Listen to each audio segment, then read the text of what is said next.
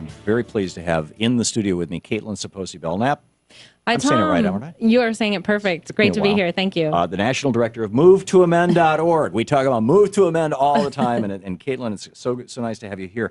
MoveToAmend.org is the website, and a bunch of stuff going on with y'all, with Move to Amend. And Yeah. Start out with Pledge to Amend.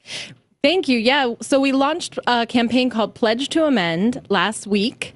And if folks want to learn about it, you can go to movetoamend.org/pledge-amend.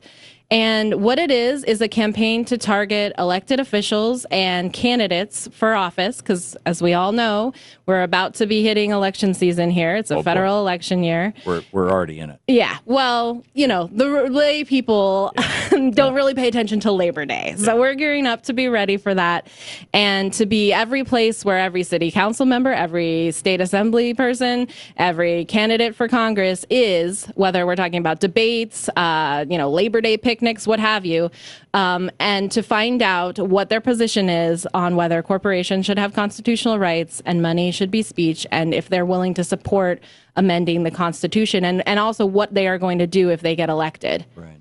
So the big question, should a corporation have the rights of, have constitutional rights, and should money be considered protected by the First Amendment? Exactly. Spending money. Exactly. And I've talked offline with Republican members of Congress, just a couple, but there's not a lot who talk to me anywhere. But every now and then, the opportunities. I'll be at a there was a reception for one of the big think tanks here in town, and there was a bunch of Republican members of Congress there, and people were just walking around, drinking wine and chatting. Mm-hmm. And you ask them, does the role of money in politics trouble you? Mm-hmm. And outside of the Darrell Isas, Darrell, he's worth $700 million. He finances his own campaign.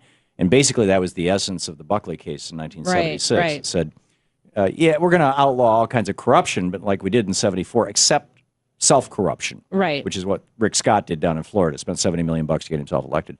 But in any case, outside of that, the few really, really wealthy Republicans, or maybe even Democrats, in the House and the Senate, what I find is that virtually all of them are sick and tired of having to spend more than half of every day on the phone begging for money. Yeah, I can't imagine that it's enjoyable for them. And certainly, I think rank and file, just voting Republicans are also incredibly sick of the situation too. But, unfortunately, the parties, both parties kind of are not really doing what needs to be done about it. So and we also get these half measures. It's like, we'll take away corporate personhood, but not from not-for-profit corporations, because we don't want to offend the unions. Right. And I keep telling these. I had a long conversation with the legislative director for a member of Congress, and who was pushing one of these amendments that only takes it away from nonprofits. And I said, one of the largest nonprofits in the country is run by Karl Rove. I mean, are you serious? Right. Yeah. Well, we can't do this in a way that creates